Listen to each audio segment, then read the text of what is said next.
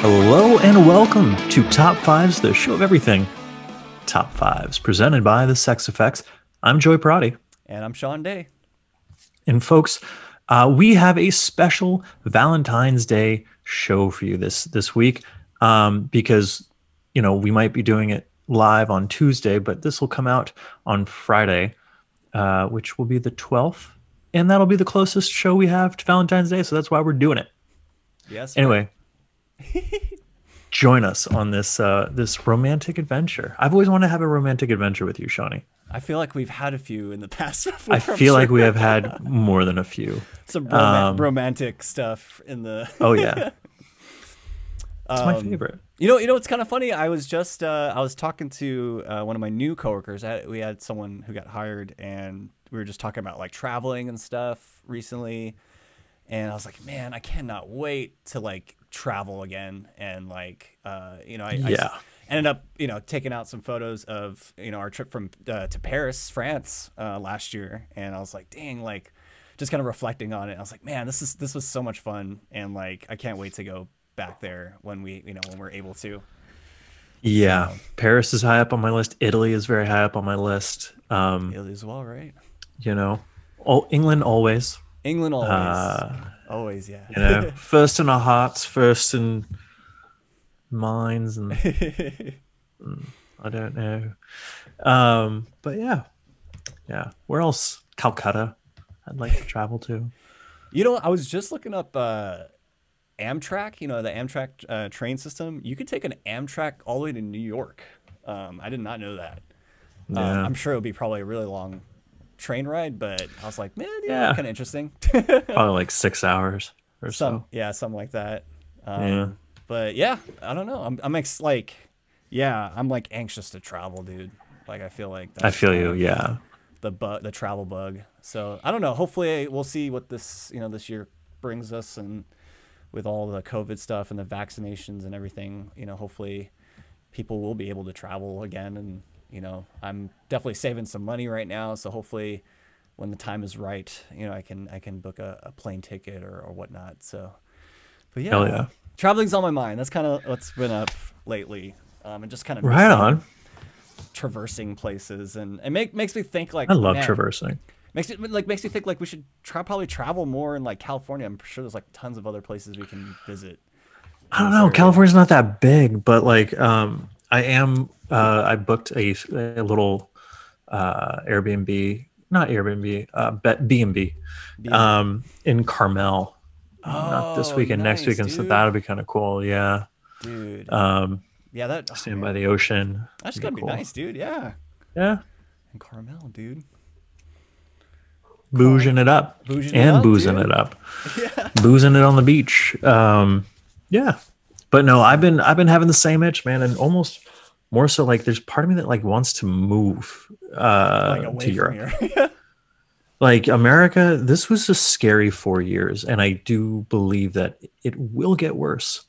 If we can get a little, you want to tread that water of talking politics. It was a scary 4 years, and I don't think that Trump really believed in anything that he said. I think he was a genius in the fact that he knew his base, and he knew exactly how to play to his base, and they ate it up. Mm-hmm. His base is not the ones that I'm worried about, but like the people who stormed the Capitol, the people who were like, who said it's bigger than Trump now. You know what I mean? That's what I'm afraid of. And yeah. It's Europe sounds kind of good right now. I would love, dude. Sitting on that balcony in Paris, like working on a screenplay, smoking a cigarette. I was like, why don't we just do this? You know what Every I mean? Day. Yeah, why don't we just live like this? Funny enough, I started picking up my. I've been using that Duolingo app, and I started picking up the French again. I took a break from it for a little bit, but I was like, I'm not going to progress until I like kind of get through each of these different levels or whatever. But that's cool. It makes me even more excited. I'm like, oh man, like this is super cool. Like I definitely want to kind of learn more French if we go back to France, or like just a little bit more open to the culture and stuff out there. So Yeah, man. Hell yeah, dude. Got that itch, but I totally get you on the like, man, yeah, it would be interesting to like live in even another country just because of just the stuff that's just happened. And seems like a lot of like, I mean, you know, I'm not saying this about everyone, but like, you know, I've noticed like a lot of entertainers are kind of moving out of California, you know, I guess statewide. Joe Rogan. Like Joe Rogan, like someone like that, or Elon Musk. Yeah, just like cheaper, you know, and maybe that's the thing, you know, I think we've had this discussion, like I live in LA and it's like, you know, this was the hub for film and music and it's not really that right now, unfortunately. And will it ever be again, right? Yeah, that too. Yeah, it's just like the unknown kind of territory right now, so. Because it's not just entertainment and stuff. We've kind of learned that almost everything except like, you know, restaurants or what have you, but almost, you know, most jobs can be work at home. Yeah. You know, unless you need to be in the field, unless you need to be at the place, like if your job requires a computer, there's no reason for offices anymore. Yeah, it's kind of crazy, dude. I mean, the office that's next to my work, that whole office is like cleared out, and I think it's gonna stay that way until, you know, because man, just imagine like how much they're probably paying for rent on that office building compared to just like working from home or, you know, using stuff like Zoom or something like that. So yeah, it's a different, there's definitely going to be a shift, I think, you know, in this, and it's already happening, I feel. But yeah, that's going to be very interesting. And, you know, a proof of that concept too is just like we're doing this podcast from 2 different cities, you know, and we're able to, you know, as long as we coordinated together and stuff. Like what cities? What cities? San Francisco and Los Angeles. Oh yeah. Yeah. So, but yeah, that's the thing too. And actually, you know, Joy and I have like, you know, as the music too, like we're starting to get into like, you know, being able to remotely like send each other, you know, stuff we recorded or, you know. And I listened to that track again when I was taking Marty out after work before dinner. We're gonna love Low Cut Dress. So yeah. We're prepping some singles right now for Blind Issues, our band Blind Issues, and we definitely like this is kind of going to be our first release in a while, and also I think probably on streaming platforms. Like that's gonna be kind of the first ever streaming, right? Well, so, I mean, we were on MySpace back in the day. That was like a form of streaming that no one ever talks about. So that's it's exciting, dude. Like, and you know, I think you know, hopefully when we have the release ready and everything, maybe we'll share it on here on the stream and the podcast. Yeah, we'll have to have the boys on. We'll have to like do it as a band. Actually, that's a great idea. I think we should have them on for that because we could talk about you know the songs we recorded and stuff, and I guess like kind of the start of, you know, Blind Issues again, and I guess I mean it's unfortunate because we can't play a lot of shows at the moment, but you know I cannot wait to play, you know, some more gigs with you guys, and you know it's just like. We got to do like I texted Andrew I think last night. I was like, we got to do an outdoor show. Yeah, got to do an outdoor show soon. You know what? We could make that happen with like the equipment we have. I guess it's just but like where? Yeah, yeah. So we'll see. We'll figure that out. Could we do it at the Daly City Park, across the street from my parents' house? Where, you know, I don't know, because our parks are like in that field, public, right? So like. Unless we need a permit for it, I guess. But I mean, I feel like we could. The gates are closed and locked, so probably not. But we'll have to guerrilla like gravel or here, shove it over, you know, haul it over the fences and stuff. Yeah. But yeah, dude, just a lot of, you know, just thinking about like traveling and missing playing music and stuff. Like that's just a lot of stuff that's been on my mind lately. Same, dude. Same. Yeah, but other than that, like, doing pretty good this week, and you know, just trying to get through the month, as they say. So, hell yeah, yes, sir. Yeah, very good. Do we have any pop culture news or anything related in that fashion? We do. What do we got? What do we got, dude? I believe it was this morning.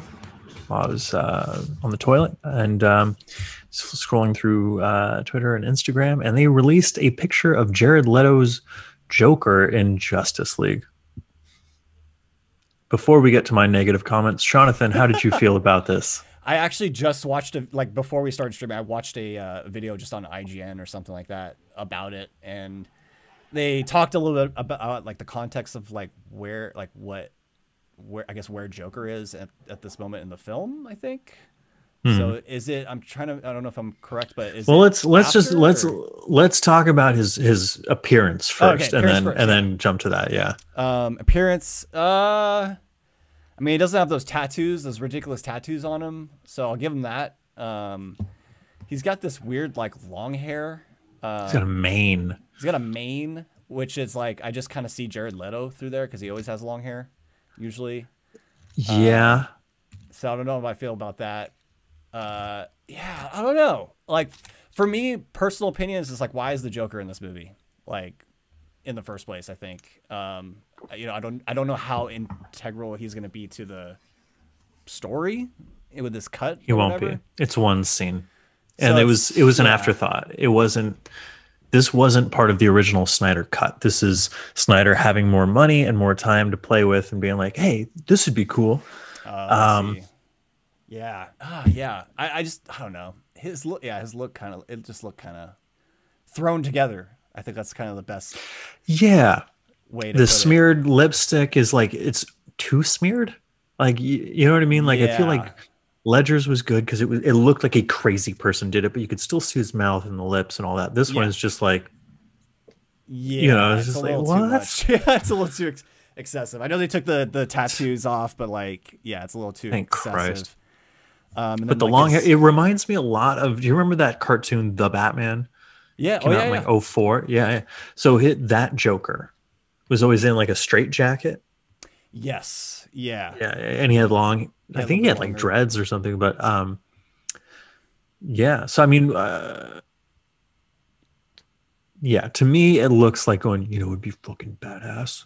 It'd be like disturbing as hell. Like, what if like it's just.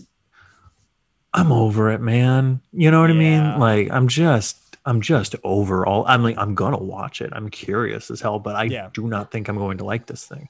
Um, Yeah. It's kind of overstayed its welcome, right? Like, you know what? yeah, Beautiful way to right. put it. Beautiful way to put it. Yes, And it's like long overstayed. I'm more interested in just like, okay, what other DC properties can you get into? Like, it doesn't have to be all connected. I did not like Wonder Woman 1984. I thought the movie was shit. It's terrible. So it's just like, yeah, it's just kind of like I almost feel like they're in the same spot. I know like that movie probably made a bit of money. And I'm sure they're doing okay with like, making their money back, but like, yeah, I don't know what direction they're going in. And, I hate to obviously compare to like Marvel, where it's like I'm thoroughly enjoying like WandaVision that's out, like the Disney Are you?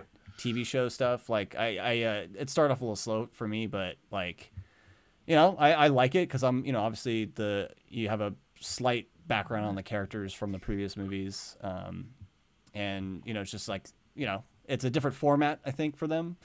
So Sure. I'm interested to see like some of the. I know they're going to try to do DC like some of the stuff on like HBO Max, right? Like Max. some shows and stuff. Yep. So I'm interested to see like that form of DC coming into play. The movies, I just don't know where they're going with that, and I'm honestly not really that excited for the Snyder Cut. I don't think it's going to be as good as people probably are going to hype it up to be. But No, that's just my there's no way. personal opinion on it. So yeah. What So yeah. do you have? Do you have a favorite Zack Snyder film? I actually really liked. He did I guess it's like the remake of Dawn of the Dead. Yeah, I don't know why I thought you were going to say Sucker Punch, but yes, he did the remake of Dawn of the Dead. Yeah, I like that one. It was, it reminded me of a video game called Dead Rising. That was, I don't know if it was like on Xbox, I think, but it was pretty much, yeah, pretty much the same premise, like stuck in a mall with a zombie apocalypse. And yeah, I like that take on the zombie genre. And, at the time there wasn't that many, that was kind of like the revival of kind of like zombie movies and stuff. Other than that, I mean, I would say 300, but mostly for the visuals. See, the visuals are what like turned me off the most about 300. Oh, I see. Yeah. And I would say Dawn of the Dead is the only film I liked, but Yeah. got to take several caveats into account. It's a remake. You know, like that's a George, you know, Romero or whatever concept. Yeah. I only saw it one time in theaters, so and I was 16, or it was for my 16th birthday or something like that. So like, you know, I haven't watched it since. You know what I mean? I remember really liking it, but it's like that was 15 years ago. I don't know. You Yeah. know, I don't See know if if it it's changes. Yeah. yeah. But everything else is I fell asleep in 300 in the theater. Um, Watchmen, you know, if you've read the book and you see the movie, it's like he missed the point. You know, Yeah. Yeah. I didn't bother with Sucker Punch. Man of Steel was just overwrought.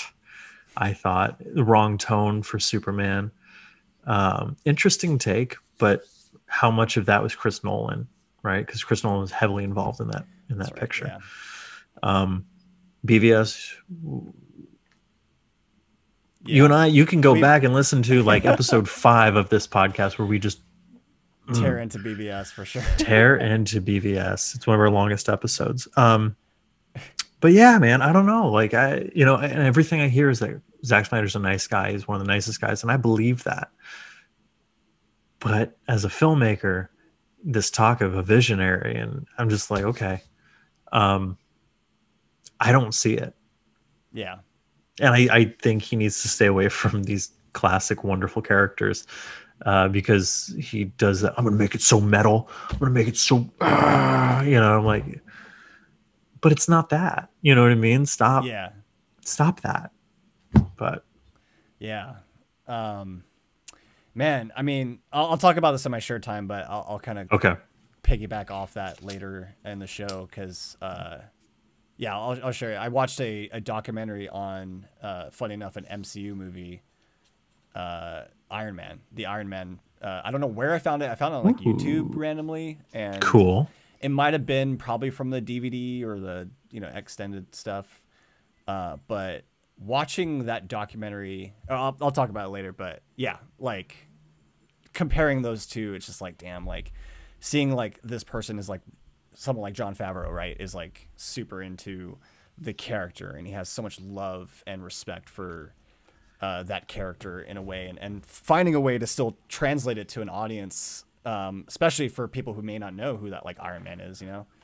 Well, and the really kind of interesting thing about that is that Snyder will be the first person to tell you how much he loves these characters and how much respect he has for these characters. But it's like I think he only looks at the pictures in the books. I don't think he actually reads them. Because he's like, oh, Dark Knight Returns, Batman's popping guys, and no, he's not. Batman can't even bring himself to kill the Joker, let alone street thugs.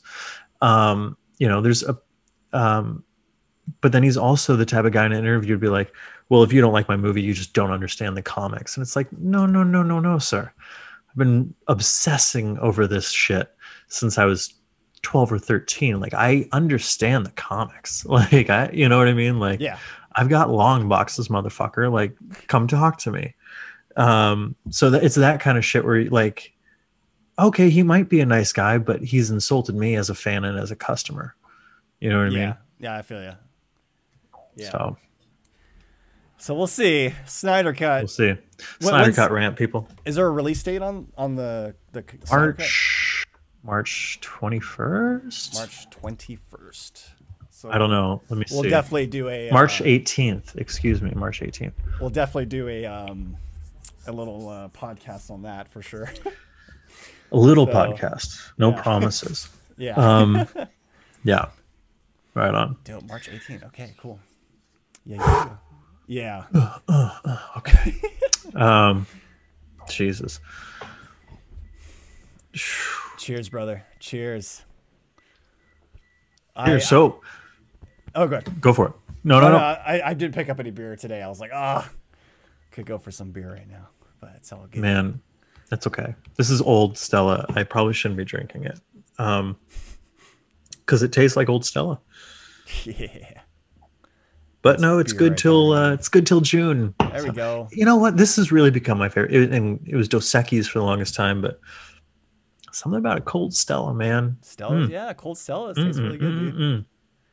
Man, yeah, I kind of miss that too. Cold Stella's. Oh, I should pick up some later. Good God. Anyways, Yeah. Yeah, yeah, yeah. Anyway, should we get to some lists? let's do it. Let's do that. Let's Would you do like to go first? Would you like I to go first, sir? You go first, Joey. You go Okay. first today. Okay. There we go. Um, we're gonna start things off on a happy foot. So, obviously, we're getting into the season of love, and there's one type of genre for this romantic season, and that is the rom-com. So, Jonathan, what are your top 5 favorite rom-coms, romantic Rom-com comedies to the layperson? to the layperson. Man, there's a lot of. I realize there's quite a lot of rom-coms that I like that I didn't realize, or I just maybe didn't realize. Oh, I didn't put it in that category at first. Sure. So I'm gonna go with There's Something About Mary, number 5. Yo, right on. Which I actually haven't seen in a minute, so I might have to do a little rewatch on it. But I just remember it being so hilarious. I mean, there's so many memorable scenes in that movie. You got like Ben Stiller, Cameron Diaz, Brett Favre. Brett Favre, yeah, is in it too. Freaking yeah. There's just it's all I can expect from something that like Ben Stiller would be in. Did he write this or did he? I don't Did he think have so. any I think part it in was the Farley No. brothers. Oh, the Farley. Okay. Yeah. But I feel like it's one of the earlier kind of Ben Stiller movies that I was Yeah. familiar with, and I think it's a really funny story of like kind of like high school sweetheart, and he kind of messed up that relationship, or he kind of flaked a little bit on it, and then he kind of meets up with this old flame a little bit later, and he's trying to like kind of rekindle this whole thing. So it's a Everyone's trying to get with it. and then everyone in the movie is trying to get with this girl Mary. So it is kind of funny because he's kind of competing against all these people, and Matt Dillon is so good in that. dude. Yeah, Matt Dillon too. Yeah, what a dick. He's such a What a dick. In dick. the movie. So yeah, it's just one of those movies where it's like it's got a lot of fun scenes, and obviously this underlying romance of the main character and Mary, and of course Cameron Diaz was just such a she's super she's so cute and freaking so lovable in the role, and I think she plays it very well, and it's a fun little movie. So It is. It really is. And they've got the guys. There's something about Mary. Like just in the trees with the acoustic guitars, and that is actually I that was a nice little addition to the movie. yeah, I haven't seen it in years either. I was talking to someone recently, and they were like, "We watched something about Mary, and hasn't aged well.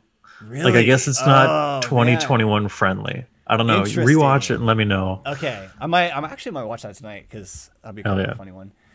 So number 5, number 4, I've got The 40-Year-Old Virgin, which is kind of rom-comish. It's Oh, absolutely, yeah. got my boy Steve Carell, which I think was my first Is he your boy? introduction. He's my boy, dude. I mean my boy Blue. I can't diss my boy Blue, but yeah, dude, freaking Steve Carell. I think this was my first introduction to Steve Carell before like The Office. And some Probably. of the movies he was in. Daily Show. Daily Show. I think I remember him in Daily Show a little bit. But yeah, I remember when this movie came out, and it was just such an interesting concept of. It says it in the title, 40-year virgin. This guy is just pretty much never got laid. He's 40 years old. He's kind of in this kind of dead end job, and he just kind of meets a few people along the way, and they kind of get him out there, I would say. So and it's just got like such a great cast, like Paul Rudd's in it. I mean, Seth Rogen. Early Seth Rogen, like, yeah, man, there's just so many great scenes. And of course Steve Carell is just he's become one of my favorite kind of comic actors, and he's just so I don't know. There's like this obviously this innocence with him in the movie, because obviously he has he hasn't had sex before, but like I don't know. There's just something about him, and he's kind of a nerd in the movie. Like he's a big time nerd in the movie. He collects action figures. Yeah. Yeah, so it's kind of cool to have this character, and they kind of bring him out of his element a little bit, which is kind of cool. So, and it's just got so many great scenes. I think my favorite scenes like when he's getting waxed, and yeah, Kelly Clarkson, like Yeah. just like all these just ridiculous scenes with him in it. So yeah, freaking 40-Year-Old Virgin for number 4. Right on. That movie never resonated with me too. I think it scared me. I think I was always scared that I was going to become the 40-year-old virgin. And to tell you the truth, I'm still afraid Yeah, that's going to happen to me.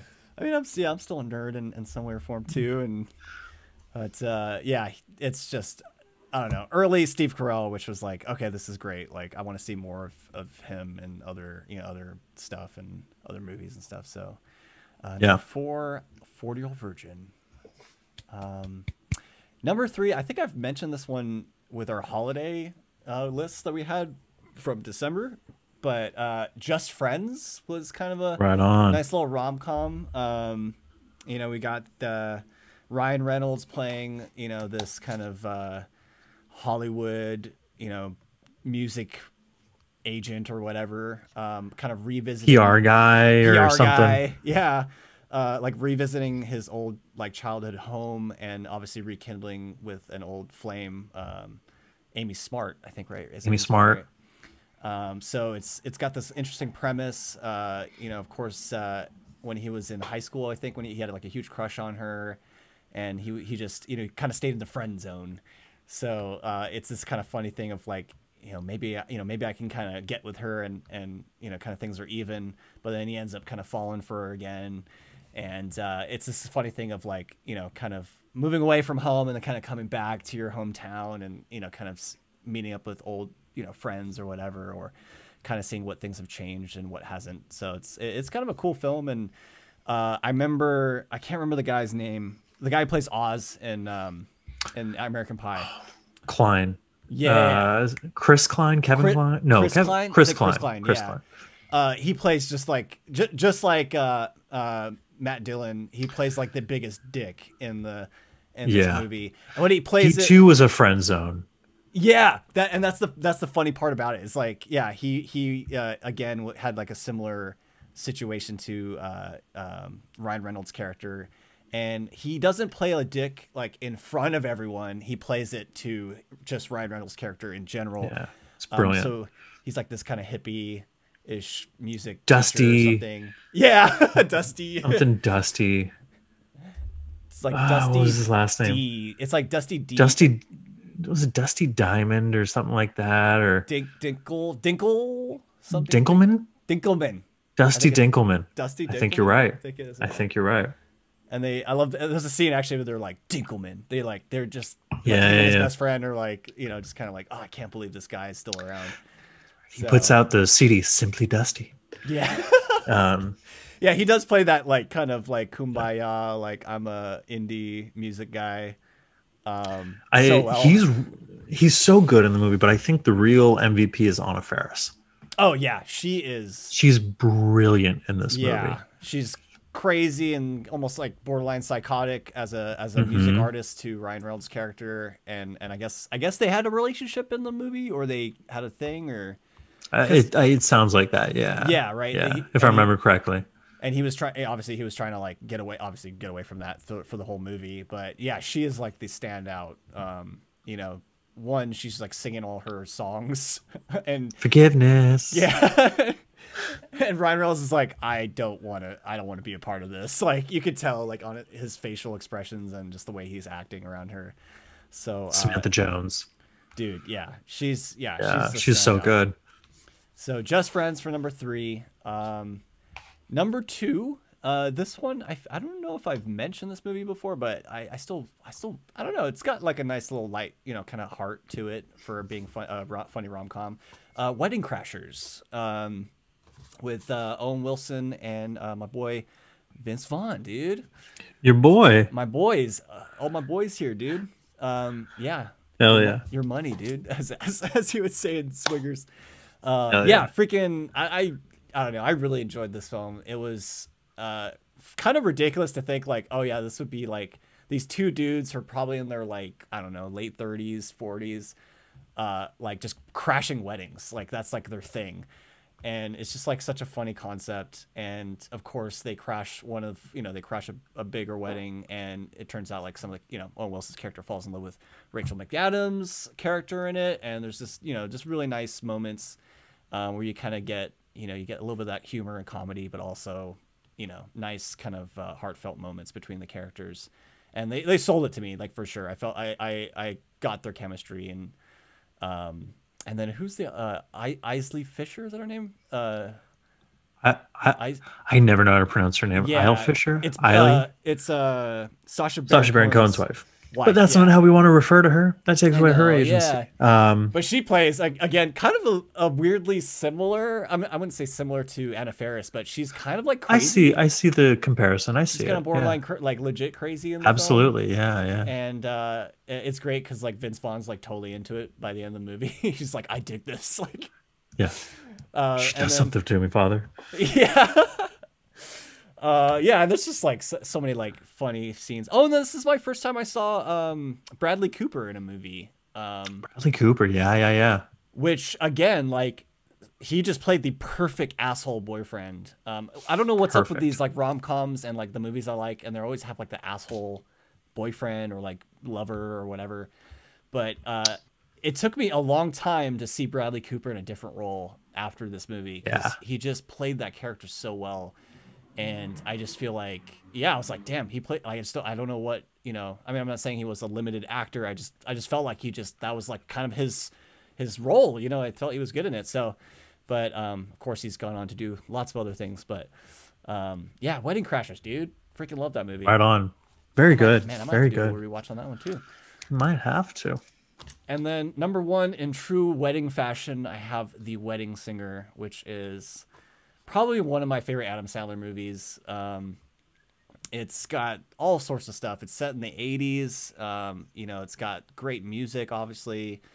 The chemistry between Robbie, what do you call it? Adam Sandler's character and Robbie Hart and Julia, who was going to be called Julia Gulia if she married Julia Gulia, her fiance. But the chemistry is just so good in this movie. Like you really buy that they're falling for each other, and there's just such great moments. And of course, with Adam Sandler's kind of humor injected in there, there's a lot of great moments. And of course, even the other cast of characters that kind of appear in some of the Happy Madison productions, I think are just add so much to the movie. And I don't know, it still has. I mean, I have. There's a lot of Adam Sandler movies, like some of his classic ones, but I think The Wedding Singer, it floats under the radar, I feel sometimes, and I just feel like it definitely hold. I think I haven't seen it recently, but I bet you anything it will hold up. Today, like as far as just being a movie that can capture that kind of feeling. So, The Wedding Singer. Very good. Number one, dude. Yeah. Very. Very good. You got a couple of mine on there, so I'm rearranging my list just to. All right, we'll rearrange. All right. A smidge. All right, let's get into it. Here we go. Joey's list here. Number 5. I'm gonna go with Matthew Perry and Salma Hayek in Fools Rush In. Yo, dude. Oh man, I remember this movie. It had like a one night stand. Yeah, she gets pregnant and they decide to like try and make it work. But he's like from the big city, and she's from the rural area, and worlds collide and clash, and but it was a very sweet movie. Yeah, I remember that. And Matthew Perry, when given the opportunity, he's great. Yeah. Oh yeah, for sure. Matthew Perry is great. So here we go. Dude, Fools Rush In. Wow. Yeah. Number 4, I was gonna have Wedding Crashers on there, but instead I'm going to go with American Wedding. Oh, dude. Okay. So I love American Wedding for a few reasons. 2 big ones. One, the relationship between Jim and Allison Hannigan. What's her name in the movie? What's her character? Shit. One time at band camp. Yeah. Oh, shit. Yeah. Their relationship is so sweet. It's a real mature relationship. You know, Yeah. oftentimes these comedies or whatever pit the guy and the girl against each other, or the guy has to lie to the girl about this thing and blah blah blah, and it's just exhausting, and it's, you know, it can stretch your suspension of disbelief. But I love how this movie, when there's something wrong, Jim goes to her and just tells her, like, look, this is what's going on, and she is always like, it's okay, or vice versa, and he tells her it's okay, you know. So I really, really love that about this film. The other thing I really love is Stifler. Sean William Scott is, you know, he should have had a bigger career. If you ever seen Goon, check out Goon. He's so good in that. But yeah, he's front and center in this movie, where the other two is more of kind of the, you know, side character that would come in through and chew the scenery and then leave. But he's front and center in this movie, and thank God. Yeah, they give him a few moments, right, in the movie to quite a really few moments to work his shine. character. Quite a few moments, yeah. From eating not chocolate, not a truffle, you know, to kind of like the Dusty thing, like we were talking about, where like he's being an asshole to Shipbreak. I forget the character's name, but he called him Shipbreak, you know, and he's, Finch, you know, Finch, publicly, right? Finch, yes. He's, you know, being this sweet guy to her sister, who early performance by January Jones, I believe, and being sweet to her mother, and, oh, Steven, we love you, you know, but, and then being like, you know, just to Finch, like, it's good. I love it. It's a great movie. It's a fun time. And that was like, that summer, I mean, we had Wedding Crashers, we had Team America World Police, we had Old School, like, and that was the first time that we were allowed to go to the movies by ourselves and watch these rated R comedies. And, you know, that's a magical time, you know, that kids aren't getting right now, which sucks. But yeah, anyway. Nice. American Wedding. Number 3, I'm gonna go The 7-Year Itch. Ooh, I don't think I've seen this one. I believe it's a Billy Wilder film. Okay. And it's the famous Marilyn Monroe in the white dress over the vent, you know? Yeah, okay.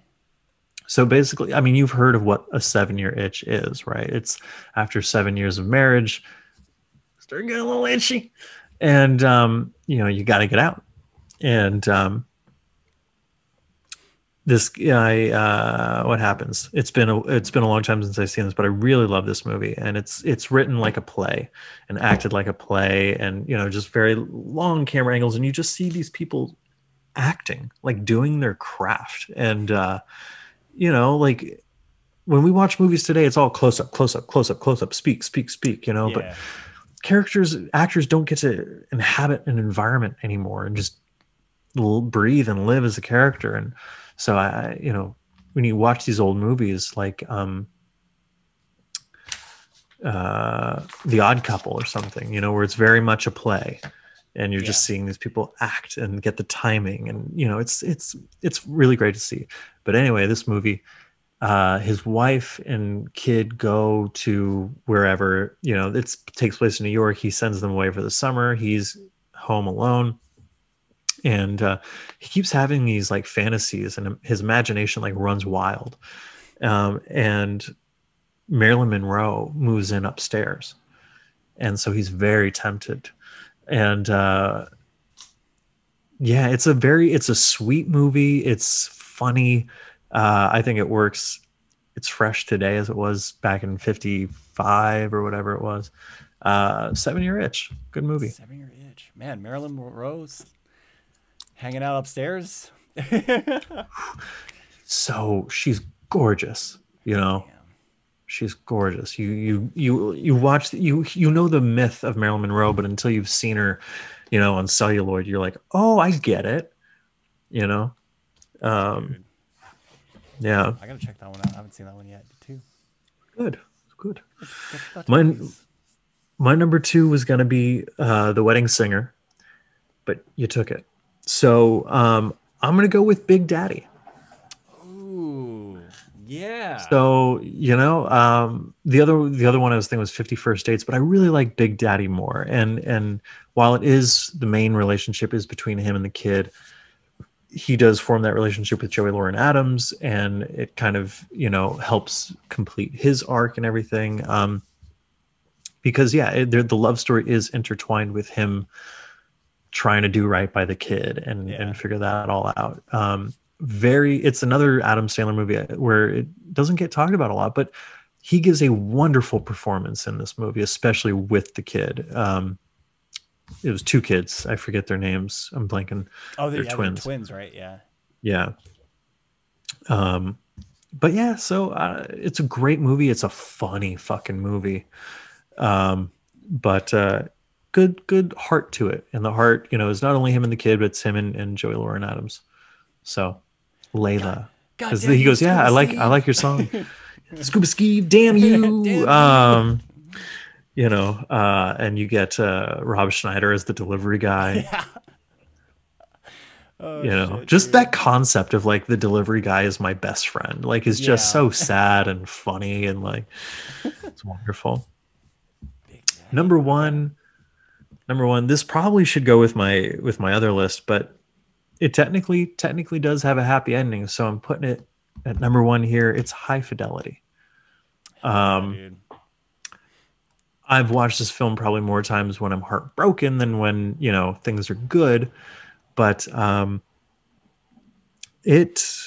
know, we've talked about it so much on this show. I feel silly even kind of going into it. We get our name of the show from this movie. And as we've talked, you know, as we've gotten older, we see that Rob Gordon isn't necessarily a person to look up to or emulate. And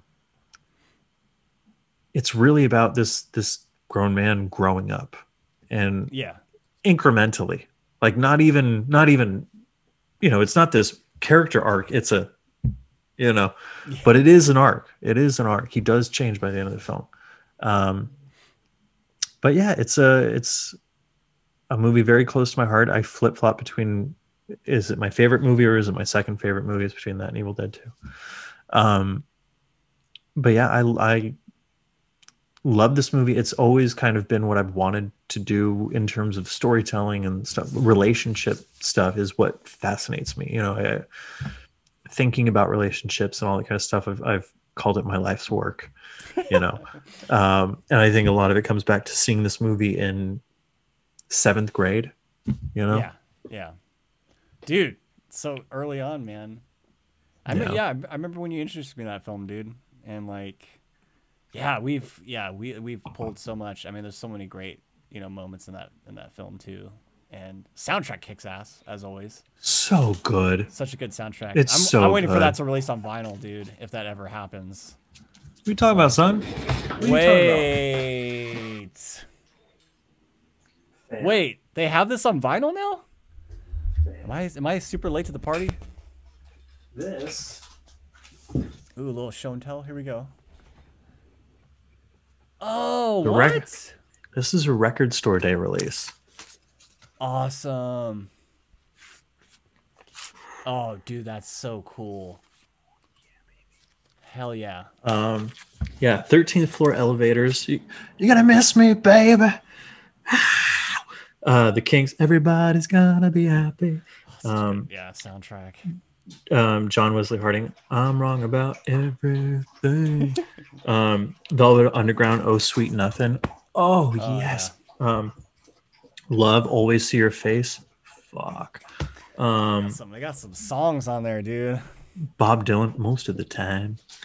Sheila Nichols. Fallen for You. It's like the only female voice on this soundtrack, and I would listen to this at work, like when I was working on computers and stuff and going around station to station, and I'd be the only one in these classrooms working on these computers, so I'd be singing out loud. And of course, people only ever walked in when I was singing Sheila Nichols. Falling for You. Beta Band, Dry the Rain, Elvis Costello and the Attraction Shipbuilding, Smog, Cold Blooded Old Time, Jack Black's Let's Get It On. Oh, they have that on there. Oh, that's so cool. They got that. Stereo Lab, Low Boob Oscillator, Royal Trucks, Inside Game, Velvet Underground once again, Who Loves the Sun, and it closes with Stevie Wonder. I believe when I fall in love with you, it'll be forever. That's awesome. Yeah. So Record Store Day release right there. That's so cool, dude. Oh yeah, that was several years ago. That's so cool. I've had that for a long time. Oh, high fidelity action, dude. Yes, sir. I like that. Well, I guess it kind of goes to our next list, or transfers over, or relates back to our next list. We have yes. top 5 heartbreak films. So, Joey, what are your top 5 heartbreak films? Heartbreak films. So, you know, gathering all these movies, I kind of decided romantic comedies would be if the guy and the girl end up together, and heartbreak films would be if they don't. Even though High Fidelity to me is more of a heartbreak film, technically they do end up together in the end. Spoilers. So there we go. That's why. Here we go. Number 5, Chasing Amy, by Kevin Smith. Mm-hmm. This movie is, I haven't been able to watch it in years. Like, I remember, I forget when the last time I watched it was, but I was like, this is painful, because like, I've been that guy. I've been Ben. I hate to admit it, but I've been the Ben Affleck guy. Like, you know, just tortured by the past, or, you know, the unknown really is what it is. And I'm not proud of it. And that's why I really can't go back and watch this movie. And that's what I think about when I think about Chasing Amy. I don't think about like the sexual politics of the 90s that it was kind of made in, and, you know, because it is a dated film in concept. But it's Ben Affleck's character's kind of, it's that Catholic Madonna whore complex kind of thing. The Freud concept or whatever.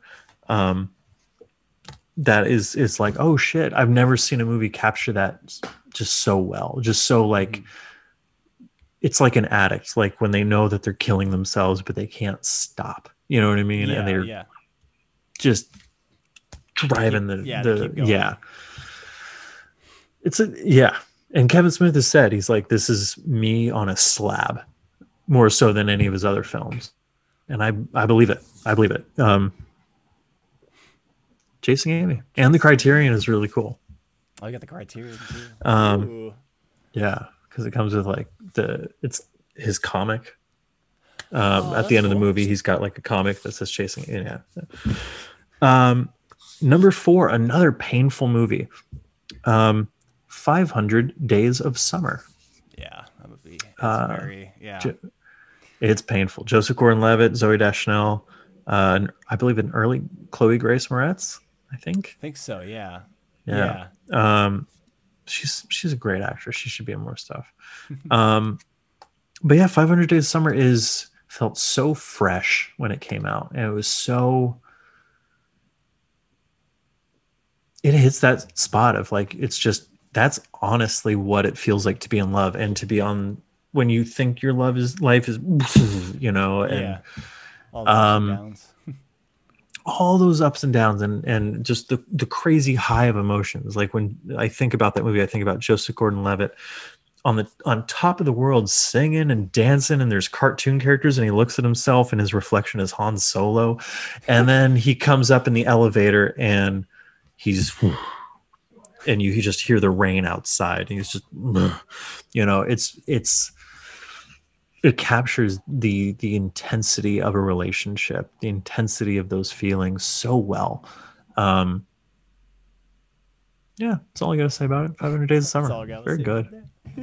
That's all I gotta say about that. Also the way, like, when he goes back and you see a scene play out, and then he thinks about that scene. Oh, dude. And you see her reaction.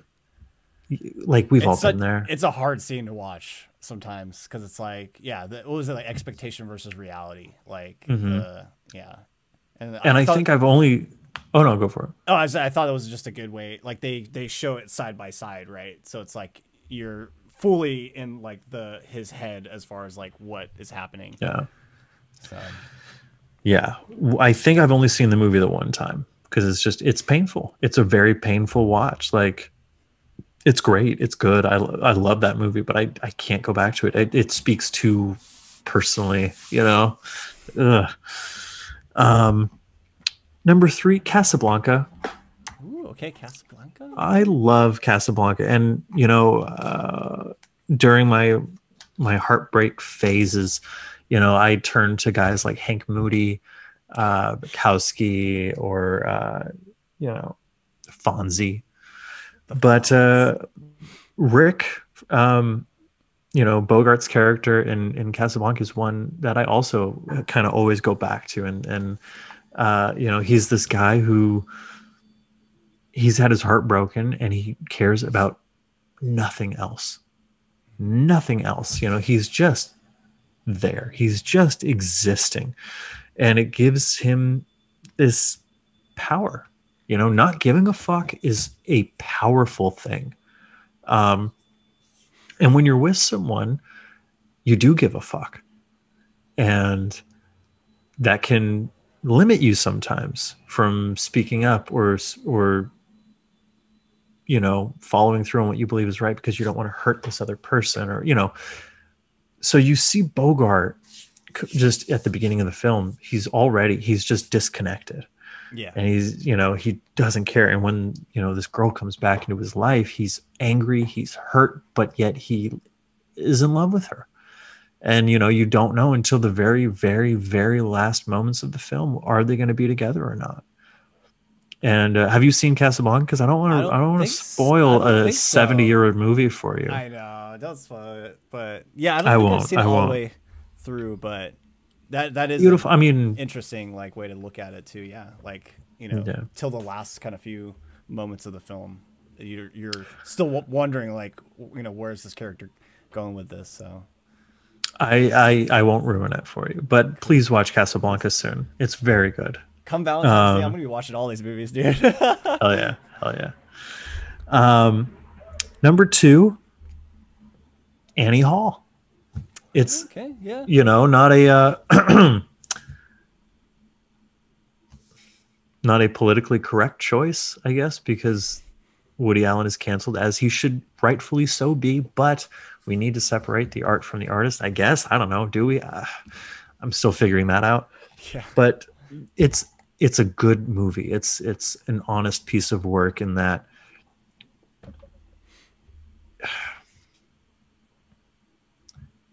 it opens up with him talking directly to the camera and saying, I would never, you know, there's this old Groucho Marx joke, you know, I would never want to be in a club, or I would never want to be part of any club that would have me as a member. And so kind of sets forth, you know, the story that unfolds. And Diane Keaton is amazing in this movie. She's so good.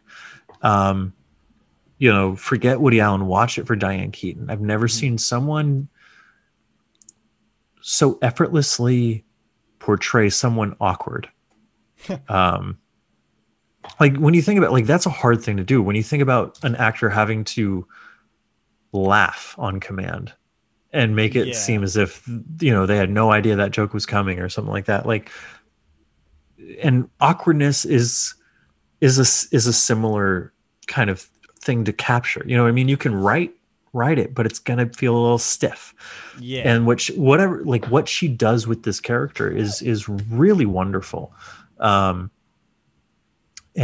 hilarious and good. But it's ultimately a movie about two people drifting apart and not being able to work it out and trying to work it out and pissing each other off and resenting each other. And that's what happens. You have good years, you have good moments, and then you become a dead shark.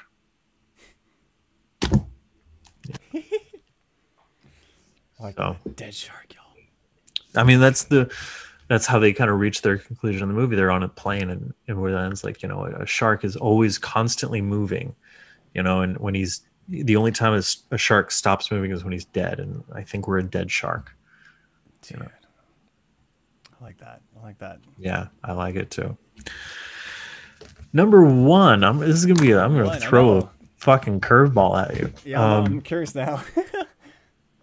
Number 1, Martin Scorsese's The Age of Innocence. Okay. We got a Scorsese for number 1. Okay. A Scorsese and a Criterion. It's so beautiful on Criterion. But no, this is a movie with Daniel Day-Lewis, Michelle Pfeiffer, Winona Ryder, and a bunch of other wonderful actors. and it takes place in 1800s New York, like high society, where everything is governed by manners. So Daniel Day-Lewis's character Newland Archer is engaged to marry Winona Ryder, but he falls in love with her divorced cousin, Whoa. Okay. Michelle Pfeiffer. Oh. And as much as they both might love each other, neither of them can violate the social contract, I guess. Okay. Both of them will be ostracized. And so they can't act on it. And it is, I shit you not, the last scene of this movie, I weep. I am in tears by the end of this movie. I think it's beautiful. I think it's heartbreaking. I don't want to ruin it for you if you haven't watched it. I haven't seen it. If, No. if I mean, I've shown it to a couple people and they're like, what? But it speaks to me on some gut level of, that on the surface, it might seem like unrequited love, but it's not. And the fact that they both love each other and can't act on it Yeah. is just, it's heartbreaking. It's a heartbreaking film, but it's a beautiful, heartbreaking film. And I really, really highly recommend it because not many people have seen it. Dude. So, okay. Interesting. I haven't seen that Scorsese film, dude. yeah, it's not for everyone. It's very slow. It's a period piece. It's blah, blah, blah, blah. But there's, of course, very interesting things that he does with the lens work, like when they're at the opera, or not the opera. Yeah, opera. Yeah. And like they've, and this is before digital anything. And figured out a way to like, I shouldn't be talking about this because I don't know how they did it, but they found a way through the camera lens to kind of mirror the little binoculars that you would use at the opera and things like that. Oh, okay. That's film, baby. It's cinema. But yeah, so Age of Innocence, check it out. Yeah, I got it. Yeah. Again, I feel like all these lists, I have like a few films I got to check out now because yeah, we usually Joey and I, we tend to have, sometimes similar crossovers, and it is kind of cool to like every now and then, like, hear a film that like I've never, seen before, or, something that surprises us a little bit. So, yeah, my list I'm very curious to hear your list. Kind of all over the place. Let's see here. Hell yeah. I have one crossover with you, which I'll keep it on there. I got for number 500 Days of Summer. For all the reasons you mentioned. There's one thing that I really liked about the film is it's not necessarily a linear way of portraying his kind of breakup and story. Like you kind of start off like how he met her, and then it like fast forwards to like a few weeks later or like a few months later, and like they broke up, and you're kind of thrust in these different like emotions with Joseph Gordon-Levitt's character, and like you're seeing these very drastic changes in his feelings, and it just goes to show like all the the ways like he's acting and really portraying that kind of realness of being in a relationship and kind of the ups and downs of that. But I think that's why I liked it too. It's just it just kind of jumped from different times, and it kind of gave you a sense of maybe that character a little bit more. 500 Days of Summer for 5. Great pick. Number 4, I've got, this would probably be in the rom-com area, but I got Forgetting Sarah Marshall, because it does start off with a breakup with the main Jason Segel and his kind of oh, go ahead, Joe. No, I'll give it to you. I think this is a perfect heartbreak film. Yeah, because it starts you off like they really like hammer in the breakup at the beginning, and and especially his character when he he takes his little vacation to Hawaii and to try to escape his breakup and his life and stuff, and it's even if he goes on vacation, I know how the movie ends up kind of like he obviously meets Mila Kunis's character and like all that kind of stuff happens, but like I mean, you're on vacation, you're in a beautiful place like Hawaii, and it's like he's still like miserable and like he's, obviously rethinking his, his relationship and his life and stuff. So, it's got a lot of hard, moments for the character, even for how funny it is. But, it's still a fun movie. And, it just, what would you do in a situation where you go on vacation, try to skip your ex-girlfriend, and she appears at the place you went to vacation? And, it's just that whole... I'd go to the rope store. Yeah.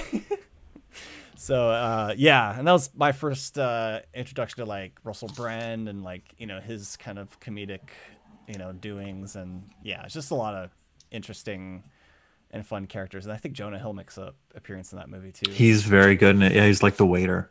The waiter. Yeah. So, for number 4, Forgetting Sarah Marshall.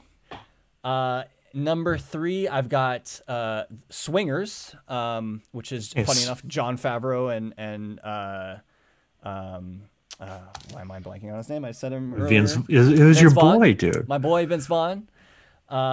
Probably one of my earliest. I don't think this was my earliest exposure to Vince Vaughn, but he's super young in the movie, and the movie, it takes like a group of friends, and, these kind of 2 hot shots. They want to kind of have have some fun in Vegas and everything. But it's pretty much Jon Favreau's character goes through a pretty heavy breakup, and it's kind of an interesting study on him because he's obviously obsessing over it a little too much, and he's just a little unsure of if he wants to even hang out with his friends and party it up with Vince Vaughn's character.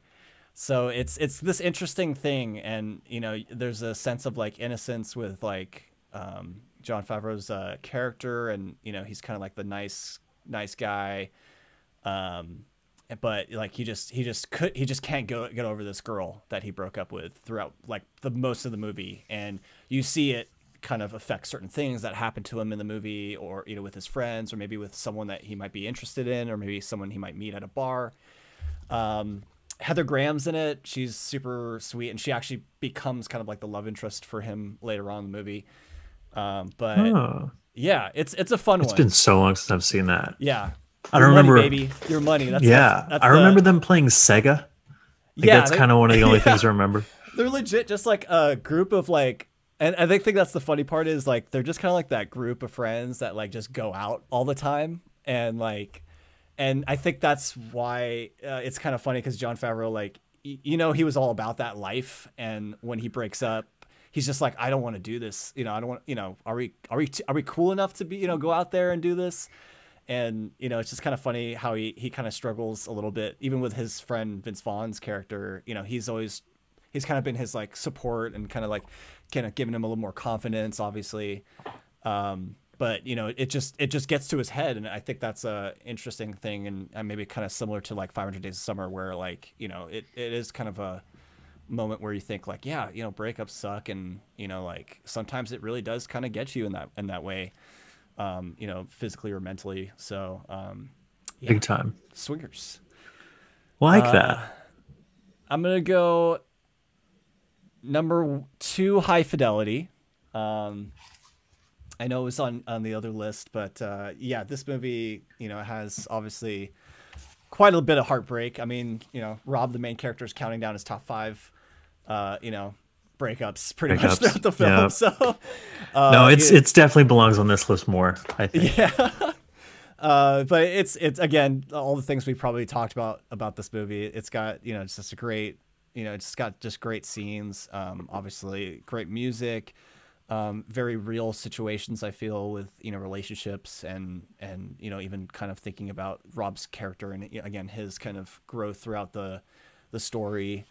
Then just a fun cast of characters, and it involves a record store, and it's just all sorts of cool things happening in the movie, and I think it bleeds heartbreak usually. So yeah, High Fidelity, love it. Number 2, and then number 1, Eternal Sunshine, Spotless Mind. We got a Jim Carrey movie here.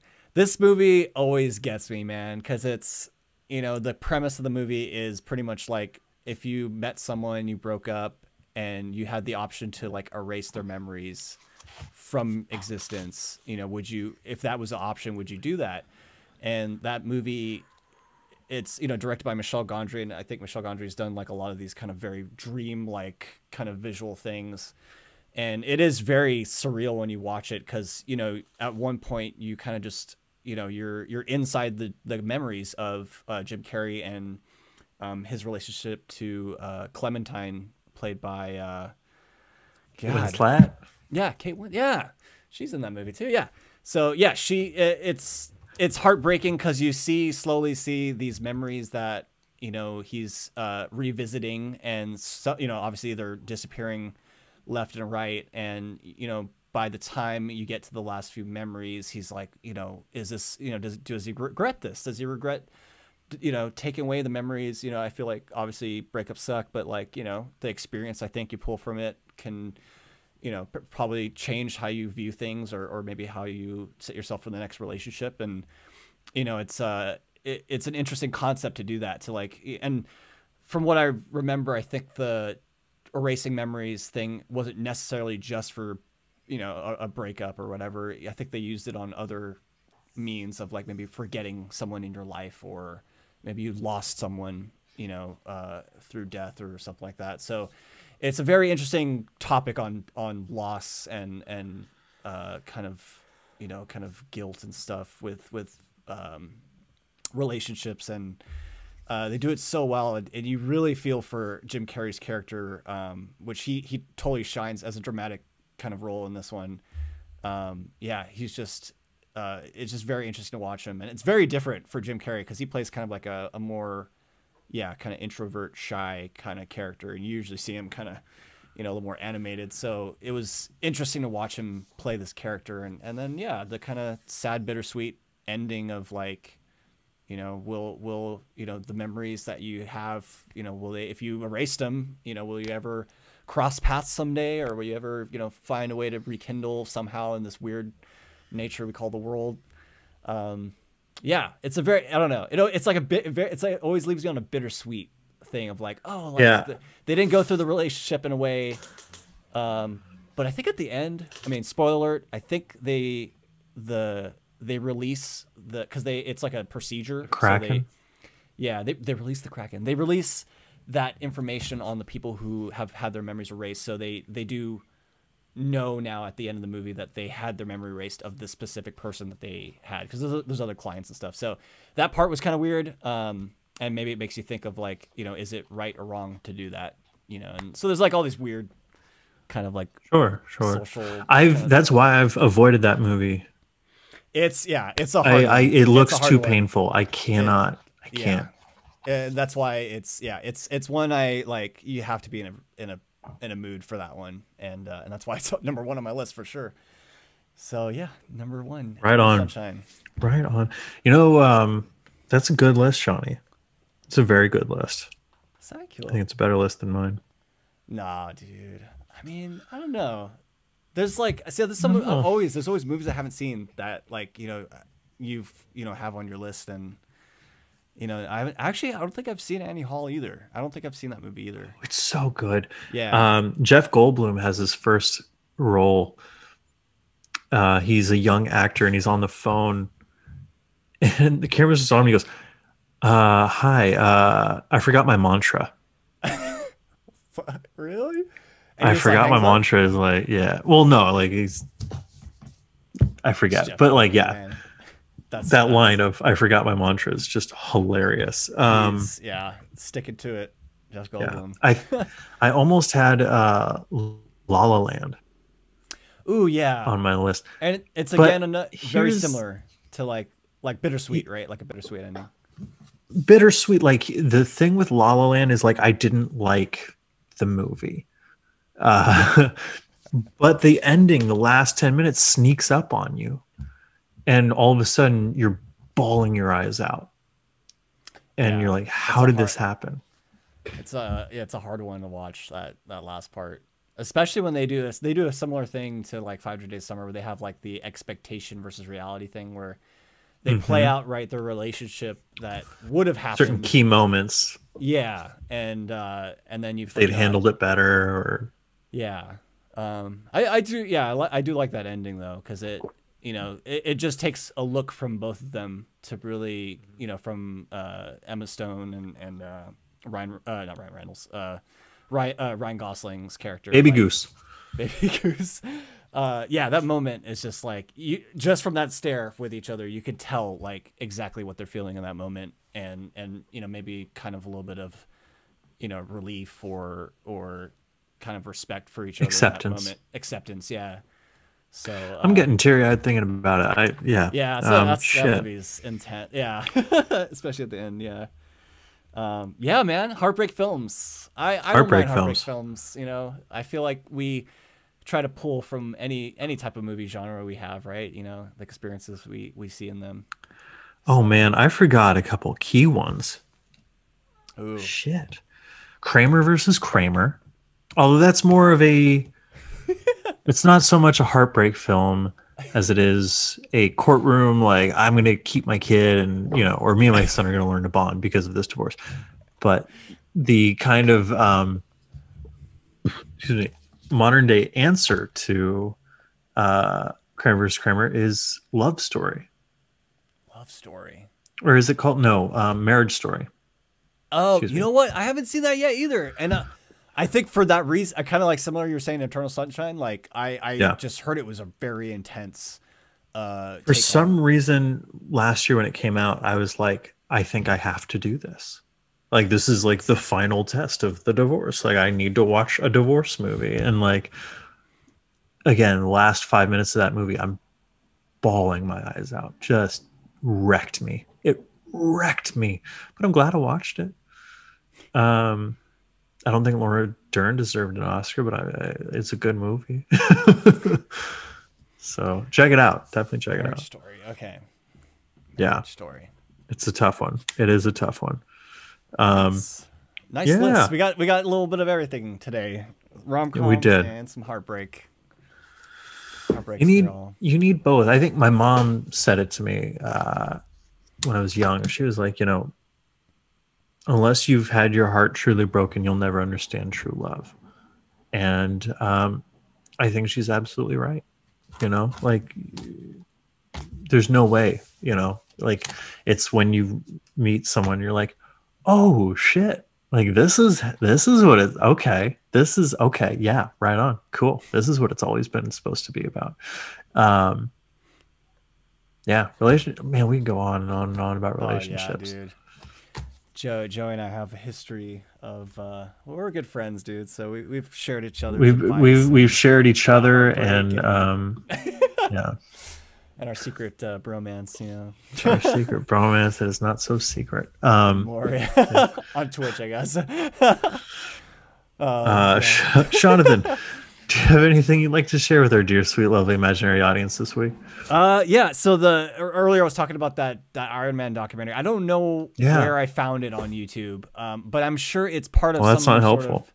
some sort of Marvel thing. I'm sure if you just search it up, like Iron Man 2008, Making of. yeah, making of. But it was like an hour. It was legit like an hour and 30-minute documentary about it. So, and That I don't know sounds like a why. featurette. It was cool. It was like probably, I don't know why I wanted to watch it. I think, you know, I've been watching WandaVision and like, you know, I was like, oh, you know, like it just interesting. Like, you know, how is this? This is the beginning of the MCU and like they're kind of, you know, the launch of this whole thing. And I was just so curious. And of course, for an hour and 30 minutes, they really showed you a lot in the documentary. I mean, just the work that goes into making a film, and I think when Iron Man was put together, it was, you know, it was a little bit it completed filming under the initial budget I think they had, and it wasn't obviously the most expensive of the Marvel films than compared to some of the stuff they've been making recently. So, but it was a I gamble mean, for sure. yeah. Like, you know, it was Because I mean, definitely I mean, they were basically an indie studio, kind of. yeah. And it was super cool because they show like footage or like early footage of like the pre-production and like them squeezed in like you know, these tiny offices, and you know, like, you know, even John Favreau's like, he doesn't even have his own office, like he's just in the same room with all these people, and then you see like all the steps that go into a movie like that. And you know, I've seen like behind the scenes you know, kind of docs on like movies and stuff. But it was really cool to see, especially for Iron Man, like designing the character suit, you know, casting Robert Downey That's Jr. so cool. Yeah. And like, Oh, not, I've seen the screen footage of that. Like dude, the screen test. and I love it because they're just like, yeah, once, you know, like he's Tony Stark. Like we're not going to audition anyone else. Like you're playing Tony Stark. And, you know, there's just like these great moments where, and you could tell. Very hard like, to get him cast in that movie. I'm He was sure. poison at that point. He was uninsurable. Like that was a hard one. A hard one, dude. But man, there was just something about it, you know, seeing like Jon Favreau, like, and even Robert Downey Jr. and like their passion for Iron Man. And you could just see it. Like they just, you know, especially I think Robert Downey Jr. probably shares this with any of his roles, but like becoming Iron Man and like, you know, I feel like he really 100% gets into the role that he's, you know, he's really into. And to think like, yeah, I'm taking obviously taking a gamble on this character, and you know, I'm going to be kind of the kind of the face of this universe when they started it out. And it's just awesome to see like the passion and just like, you know, Jon Favreau just like so you know, he's a fan of Iron Man and the comics, and you know, kind of going back to our Zack Snyder, like you could tell he's just such a true fan. He has so much attention to detail, you know, even with the suit, and then you see, you know, when they hire like, you know, the special effects artists to create the suit, and like that whole process, and like all the art that has to be made in pre-production before they even get to that step. Like it's insane, like how much work goes into a movie like that. And you know, the sets. And so it's kind of cool. Like the movie the doc kind of goes through each of the, oh, hey buddy. Sorry. Each of throughout the movie, it goes through the different sets that they had. And so it's like kind of like their shooting schedule. So they had like, they built like the first Iron Man set where, you know, he's like stuck in Afghanistan and he's in that cave. So like they show you that whole process of them shooting all the film footage there, and then they're like, okay, we wrapped here. Now we're gonna head straight to the desert to like, you know, capture Tony Stark escaping, and then, you know, they explain to you like, you know, what a second unit is, as far as like, you know, they have the stunt guys like, you know, filming all their stuff. And then there's like, you know, of course you get to obviously the post-production and like how that is, and you know, they did all of it at Skywalker Sound, you know, the ranch out there. And so you see all the different, you know, there's the music, and of course you're also along the ride with Jon Favreau, so you're like, you're the director, so he's like, you know, I gotta be in this room to listen to the sound mixing, let's see how this sounds. Okay, now I'm gonna go to this room, check out how the, you know, the CG is kind of coming along for the suit. And you know, you could see like, you know, him making notes like, oh, you know, there's a great, you know, there's that scene where they first put like the Iron Man suit, assemble it, and like there's like the shot of like the calf and his leg. Mm-hmm. And I remember like there's like, you see all the little parts, and it's like screwing in the parts, and the original visual of that was like, you didn't see any of that. And you know, Jon Favreau, you just see him like, hey, you know, I want to see it. Like, I want to see the mechanics. I want to see all the like little parts, so you can see his suit be like, you could tell it's being put together. So you could just tell like the amount of detail and the amount of attention to it. And I'm sure, you know, as a director, you know, there's a lot, right? You know, that's a lot to take on. And so it was just fascinating. And, you know, maybe it's just kind of nice to peel back the curtain sometimes and like, you know, like, yo, it's still a movie. It's still people making movies, like, you know, and putting it together. And it just shows like how much just goes into like making like movies like that. So, yeah, I was thoroughly fascinated by it. And yeah, that's pretty much it. So I like it. There's my shirt. I like it. Joey, what do you have to share this week? Two quick things. Our buddy Andrew texted me. It's on YouTube. Mark Hoppus dissects the MTV Making the Record documentary of the self-titled Blink-182 album. So Mark Hoppus is on Twitch just commentating on that. Do you remember that when MTV released that before the album came out? Yeah. Because I remember watching that in my parents' den as a kid and like chomping at the bit for this record to come out. And but it's very cool. Mark talks about everything.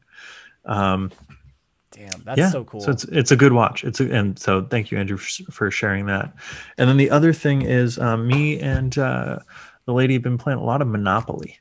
Ooh, Monopoly? Are you doing PS4? Yeah, I was about to say the like PlayStation digital, PlayStation 4. game version like on digital. Like that's super crazy. Digital, yeah. So I mean, because we like to play against, we like to team up and beat the computer together. Yeah. But there's a documentary on Amazon Prime called Under the Boardwalk, the Monopoly story. And it gave me King of Kong vibes. It's not as good or as funny as King of Kong, but there's definitely parallels, definitely similarities. So if you like that kind of weirdo documentary kind of thing, that'll be right up your alley. Oh, cool. Yeah. Ooh, all right. Monopoly. I've seen that on PlayStation, so it's like I've seen people play it. And I was like, man, this might be the best way to play Monopoly. Like, it's pretty good, honestly, right? It's pretty good, yeah. Heck yeah. So, because you can't play a board game by yourself. If there's only two, you can't play as four. You know, like true. so. That is very true. So being able to play against the computer is nice. But I like Monopoly. I've always liked Monopoly. Yeah. So there we go. Jonathan, where can we find more of your work on the internet this week, my friend? You guys can find me on Instagram at SeanDayMusic and on my website, SeanDayMusic.net. No .com. Joey, where can we find you on the interwebs? You can check me out on Twitter and on Instagram at Joey Prati and on my website, joeyprati.com.